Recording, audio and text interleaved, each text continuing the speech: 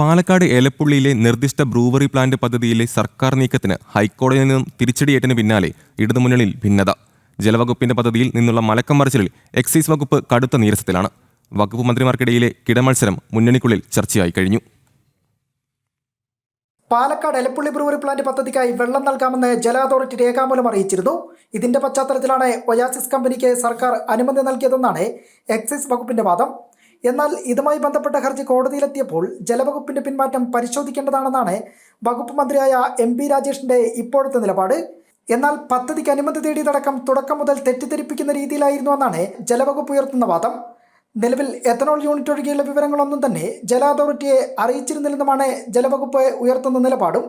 ഇതിനിടെ പ്രാഥമിക അനുമതി നൽകി മുന്നോട്ട് പോയ മന്ത്രിസഭാ തീരുമാനത്തിനെതിരായി ഘടകകക്ഷി മന്ത്രി എടുത്ത നിലപാടിൽ CPM-ൽ ചർച്ചയായി മാറിക്കഴിഞ്ഞു. സംസ്ഥാന സെക്രട്ടേറിയറ്റ് അംഗങ്ങളടക്കം കടുത്ത എതിർപ്പാണ് മന്ത്രി റോഷി അഗസ്റ്റിനും കേരള കോൺഗ്രസ് എമ്മിനുമെതിരായി മുന്നണിക്കുള്ളിൽ ഇതിനോടകം പ്രകടിപ്പിച്ചു കഴിഞ്ഞിരിക്കുന്നത്. LDF കൺവീനർ TP രാമകൃഷ്ണനെ എക്സൈസ് മന്ത്രി MP രാജേഷ് ബ്രൂവറി വിഷയത്തിലുണ്ടായ കാര്യങ്ങൾ ഇതിനോടകം ധരിപ്പിച്ചു കഴിഞ്ഞു. കൂടുതൽ കൂടിയാലോചനകൾ നടത്താതെയുള്ള ജലവകുപ്പിന്റെ നീക്കത്തിൽ മുഖ്യമന്ത്രിയും കടുത്ത അതൃപ്തിയിലാണ്.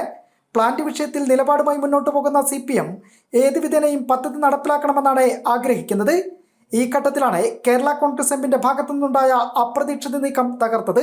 അടുത്ത LDF യോഗത്തിന് മുൻപ് മുഖ്യമന്ത്രി ഇടപെടുത്തി മന്ത്രി റോഷി അഗസ്റ്റിനെ മയപ്പെടുത്താനാണ് CPM-ന്റെ നീക്കം. നിയമസഭാ തെരഞ്ഞെടുപ്പിലേക്ക് നീങ്ങുന്ന ഘട്ടത്തിൽ പുതിയൊരു വിവാദത്തിന് ഇട നൽകാതെ പ്രശ്നപരിഹാരത്തിനാണ് സർക്കാരും CPM-ഉം ശ്രമിക്കുന്നത്. KB ശ്യാമപ്രസാദ്, ജനം, കോഴിക്കോട്.